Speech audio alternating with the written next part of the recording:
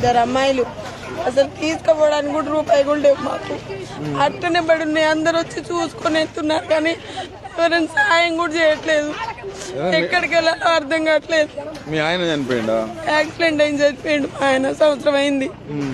ఏం చేయాలో తెలియట్లేదు. రెంట్ తీసుకుందాం అంటే 5-6 వేలు చెప్తున్నారు. నాకు అడేమో అంత చేత కాదు. ఏం చేయాలో అర్థం కావట్లేదు. ఇద్దరు ఆడపిల్లలు. మా అత్తయ్య 4-3 జాదాలు. నేను ఒకదాని రెక్క మీద నేను రెంట్ కట్టాలన్నా, వాళ్ళని చాదాలన్నా ఏం అర్థం కావట్లేదు సార్.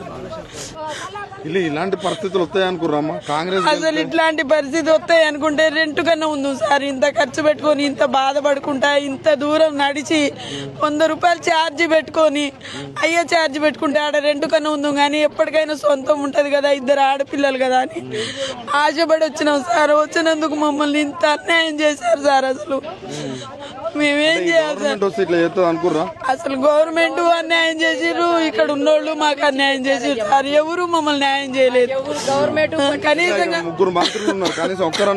ఒక్కరన్నా రాలేదు సార్. కనీసంగా వాళ్ళని కలిసి వెళ్ళిపోతున్నాండ సార్. పేదల్ని కలిసి అమ్మ మాకు ఓట్లు వేయండి అమ్మా, మీకేమన్నా సాయం చేస్తామని మమ్మల్ని కలిసి ఉంటే